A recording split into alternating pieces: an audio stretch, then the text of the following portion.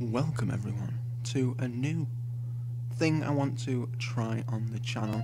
Now, in my 2019 announcement video, I did say I was going to start something along the lines of this.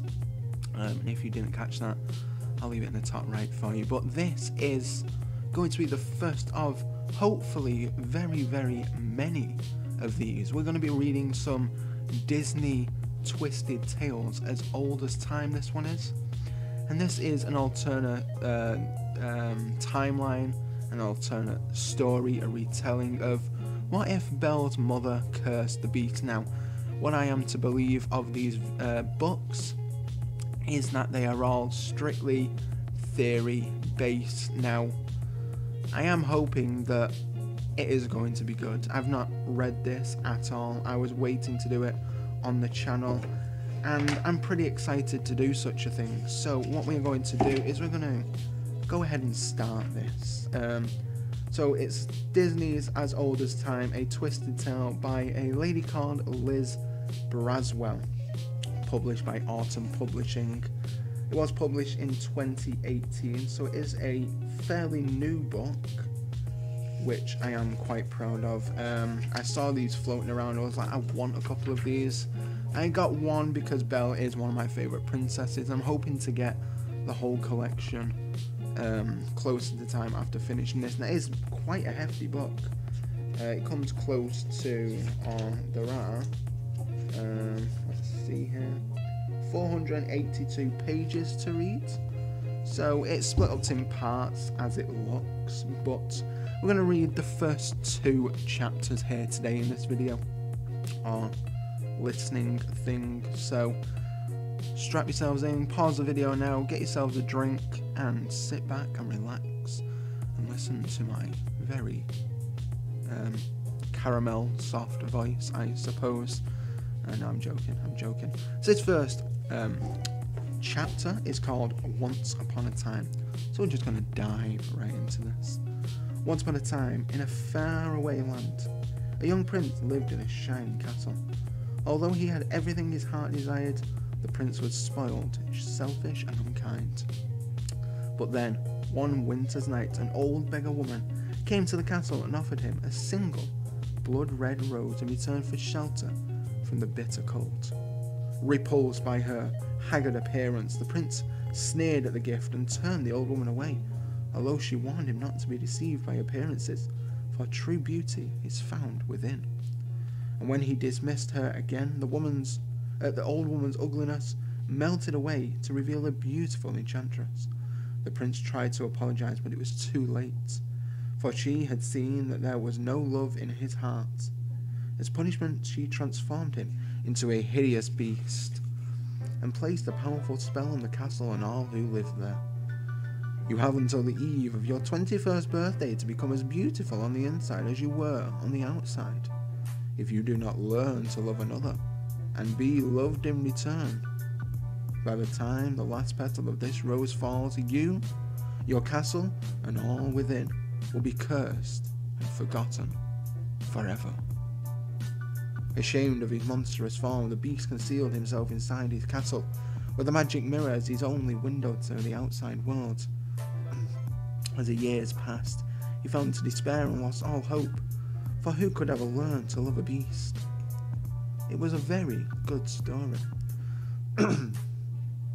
It often entertained the woman who lay in her black hole of a room, manacled to a hard, cold bed. She enjoyed its repetition in her mind for years.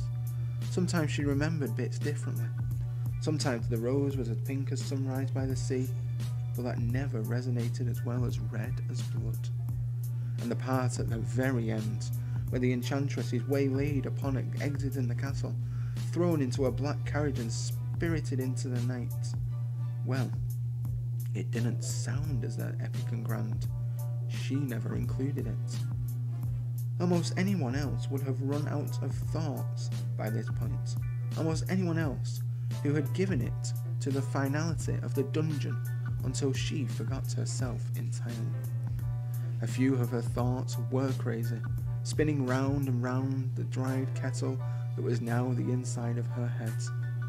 she wasn't careful, they would become too speedy, break free, and seek escape through the cracks of her mind. But that way lay madness, and she wasn't quite there yet. 10 years and she had almost forgotten herself, but not quite. Footsteps down the hall.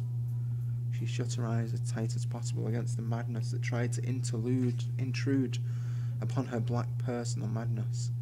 Chattering voices. Another set of footsteps. The swish, swish of a rank mop against the endlessly slimy floors. The clink of keys. No need to do that one. It's empty. But it's locked. Why would it be locked if it's empty? She had to scream. She had to shake. She had to explode. Anything rather than let the dialogue repeat itself yet again, as it had for the last 4,000 days in only slightly different iterations. This one's locked, but do you hear something inside? This door's closed. Do you think it's locked? The one down here is locked. I don't remember anyone being put down here. It was as if God were trying out all the different possible lines in the farcical play that was her life and still hadn't got it quite right. The next 2 minutes were as predictable as the words from a parent to a child who knows she has misbehaved and chafes under the inevitability of the sentences hurled at her. Turn of the key in the lock. Door creaking open. A hideous face, hideous only in its familiarity, the same look of surprise as always and every day since forever began. The face's owner carried a tray with her in the hand that didn't have the keys. Behind her, in the hall, stood the woman with the mop, and behind her stood a large and silent man who was ready to subdue any of the prisoners not tied down. The prisoner found herself opening her eyes, curiosity getting the better of her survival instinct. Today's tray had 4 bowls of broth. Sometimes it was 5. Sometimes it was 3. Sometimes there was only 1. Lucky for you, I got an extra, the one with the tray said, settling herself down in a filthy tuffet of skirts and aprons. This line never changed. Ever. The prisoner screamed, unable to contain herself, unable to keep herself from looking forward to that one thing each day, the thin gruel that passed for nourishment. The woman with the mop muttered indignantly. I didn't hear nothing about a new one, I can tell you that. Thought they'd done a right good job cleaning these sorts out of the world. Well, there's one now. There you go, finish up now. The woman said it with the same false tenderness she expressed every time. The bowl tipped faster, broth trickled down the side of the prisoner's neck. And despite herself, she got desperate, straining against the chains and sticking her tongue out at every last drop, for the bowl was removed. This one's old enough to be a mother, the gruel woman said without a trace of emotion or sentiment. Think of that, them having children and raising them. Like animals, all of them. Animals raise their children too. I don't know why they keep them around. Kill them and be done with it. Oh, soon enough, no doubt, the broth hag said philosophically, getting up. They don't last long around here. Except, of course, it had been 10 years now. This time the hag didn't bother to toss some platitude over her shoulder as she left. The prisoner's existence was forgotten the moment she touched the door and was on her way out.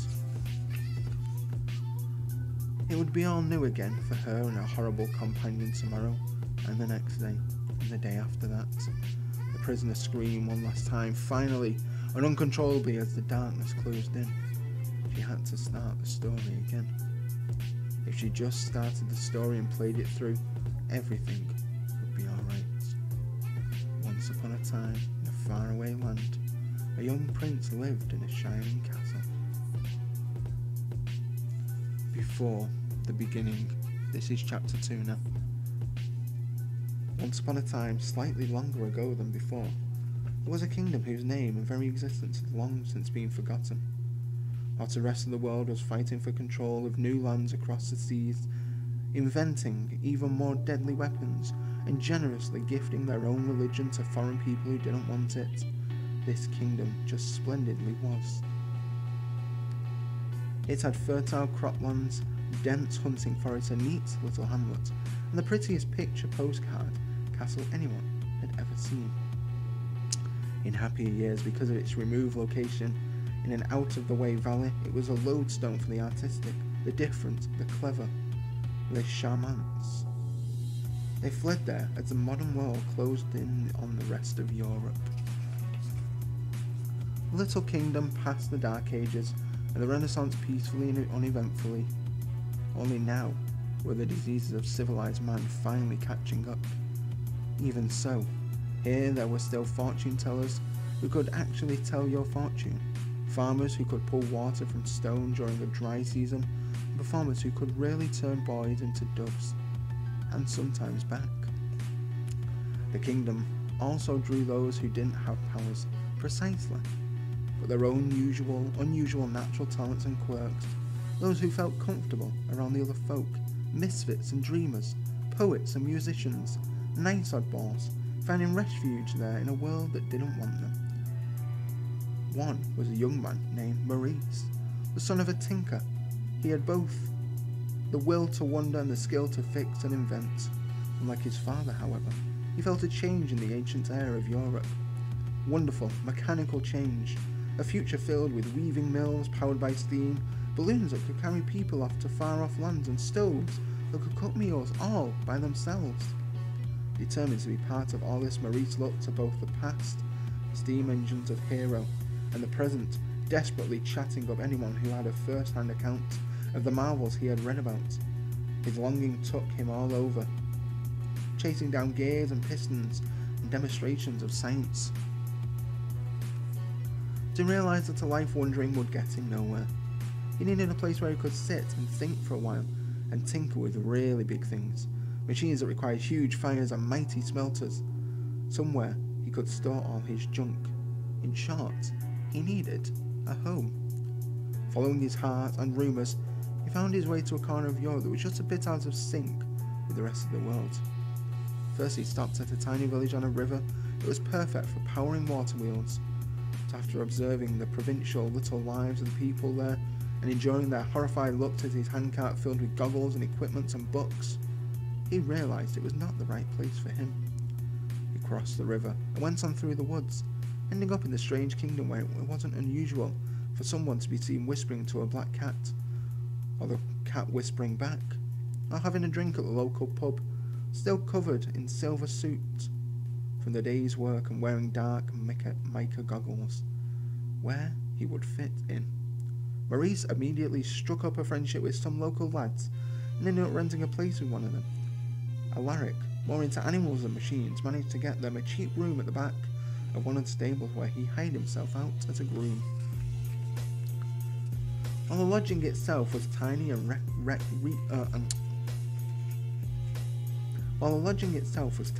reeked of horses, it did include access to a large common yard.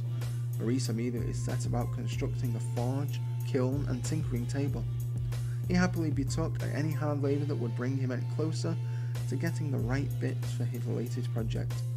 While he picked rocks out of fields and hauled sheaves of grain on his shoulders, his mind was far away, thinking about the tensile strength of different metals, the possibilities of alloys, and how to achieve the perfectly cylindrical, smooth shape he needed for the next step. "Oh, Maurice, heading the clowns," his fellow strong lads would say, clapping him on the shoulders. But it was always said with a smile and respect, the same way they called Josiah. The tavern maid, the Black Witch. Her punch was strong, and the shock she could deliver with a snap of her fingers to irksome customers even stronger. At the end of summer, all the able-bodied young men were working the fields, even Alaric, who preferred horses to the oats they ate. Sunburned and with aching backs, they staggered into town every evening, throat parched but still singing, and of course, they made their way directly to Josephus. One night, while his friends piled into the tavern, Maurice hung back to dusk, himself off as best he could, and to get a better look at a bit of commotion occurring just outside. A giant and solid-looking man with his legs spread aggressively and a dangerous look in his eye. This was interesting, but not as intriguing as what else was going on. Sticking her face into the man's was one of the most beautiful women Maurice had ever seen. She had the poise of a dancer and the body of a goddess. Her hair glowed golden in the sunset, but bright spots of rage flushed her beautiful cheeks, and her eyes flashed green with indignation. She waved a slim alder wand in the air for emphasis. Nothing is unnatural about us. Her words were perfectly formed and accented. It was emotion that caused her to nearly spit. Anything God makes is natural by definition, and we, all of us, are the children of God. You are the children of the devil, the man said calmly, lazily, like someone he knew he was going to win. Put here as a test. You shall be wiped from the earth like the unnatural dragons of old, you mouthy hag, unless you purify yourself. Purify? The girl actually spat this time. I was baptized by the Monsignor himself, so that is at least one more bath than you've ever had, you son of a pig. The man made a movement, and a very slight one, reaching to his waist. A good, mature-natured as Maurice was, he had travelled enough to know what that signalled. A knife. A pistol. A backhand across the face. Something violent. He acted immediately, moving to run over and help her, but it was all over before he took a single step.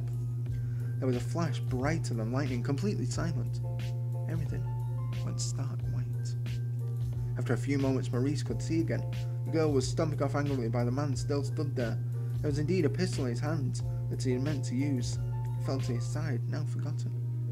More pressing business occupied the man's attention. Where his nose had been, there was now a bright pink snout.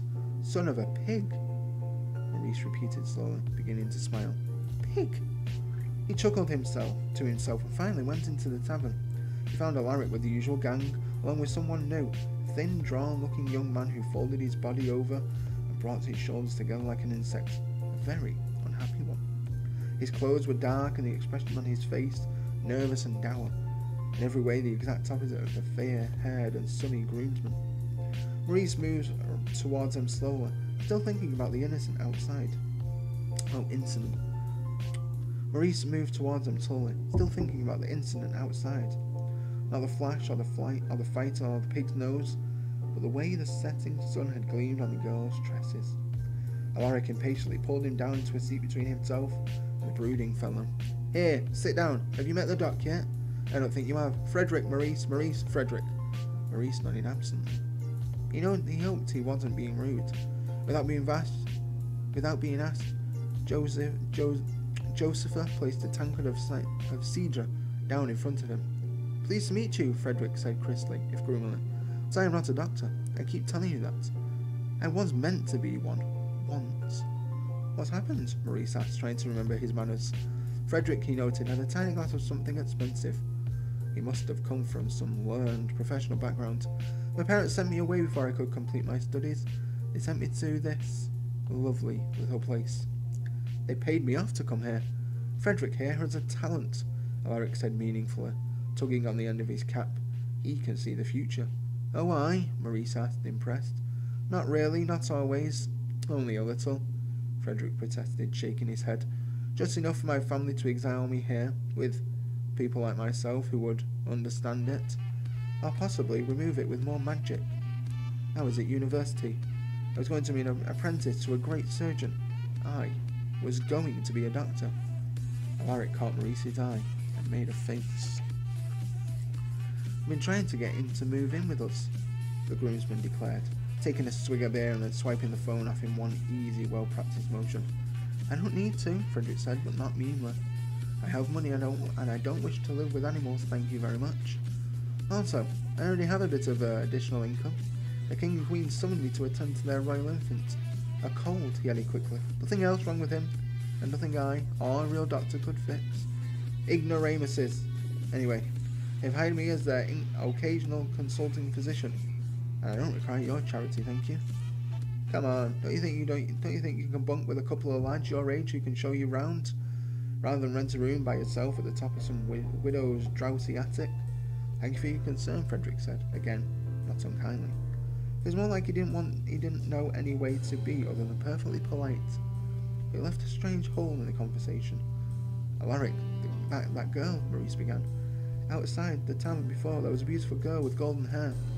She turned a man's nose into a pig's snout. Oh, you must mean Rosalind. That one's a card, Alaric said, laughing. A bit excessive. It's a bit excessive, Frederick said, making a sour face. That's a problem with witches. He was being very insulting, Maurice said, finding himself to the defense of a girl whose name he hadn't known a moment before. He was accusing her of being unnatural and saying that magic was impure. Alaric clicked his tongue. There's a lot of that these days, I'm afraid. Before you came, there was a terrible row. 2 boys, a charmante and a normal one. Like us, fought over a girl. Came to blows and the charmante won, and the other boy died. By magic.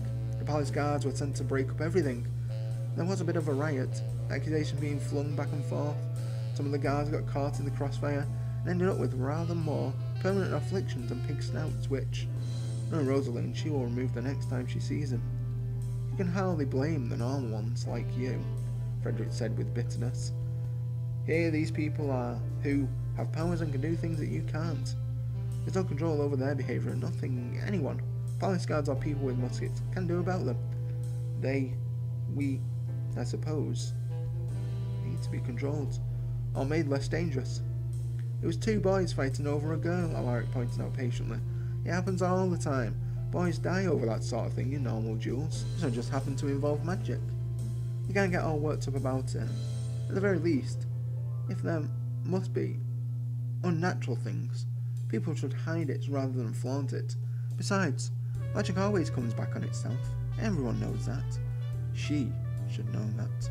Rosalind, Rosalind, Maurice said, trying the name out on his tongue. Oh no, Alaric said with open eyes. Maurice, say it isn't so. Not so soon in our relationship. Her hair, Maurice said thoughtfully. It's the exact colour of the inside of my kiln when it's hot enough to melt iron. Oh good, we're all safe then, Alaric said with a sigh, shouldering Frederick companionably. With lines like that, we don't need to worry about coming home and being forced to find another place to stay the night. I have said I am not sharing a room with you, Frederick repeated patiently. But Maurice was no longer listening. And there we have it, ladies and gentlemen. Those are the first 2 chapters of As Old as Time, A Twisted Tale. Now, that to me is quite interesting. Of course, it's an alternate timeline on what if Belle's mother was the Enchantress, and obviously it's a nice thing to see. We're back in time and we're seeing how Maurice got with Belle's mother and what happened, and I'm liking that quite a bit actually. I really am. I'm liking to see that this particular author has gone back to work with this and found a route on how to make it work, and a possible theory that could be true. It hasn't been officially brought to light, but I think this is a good thing on this. I really do like it. But that is all I've got time for this video. So if you did like this video, be sure to give it a big thumbs up, and if you didn't like it, give it a big thumbs up. Comment down below if you have read any of these books, spoiler free of course, thank you. As Old as Time, if you read this or you are looking at reading them, or your any other Disney content or reading material that you recommend for me to get, I'll be more than happy to check it out. And with that being said, all I can say is, if you have not done so already, click that big shiny red button and join the Zack Pack today, and you get a lot of perks. They're all down below. You got Discord, Facebook, Instagram, Twitter, Spotify playlist, and of course Patreon is down there as well. So be sure to check out all of those things down below in case you are intrigued to do so. And until the next video, ladies and gentlemen, stay classy, Zack Pack.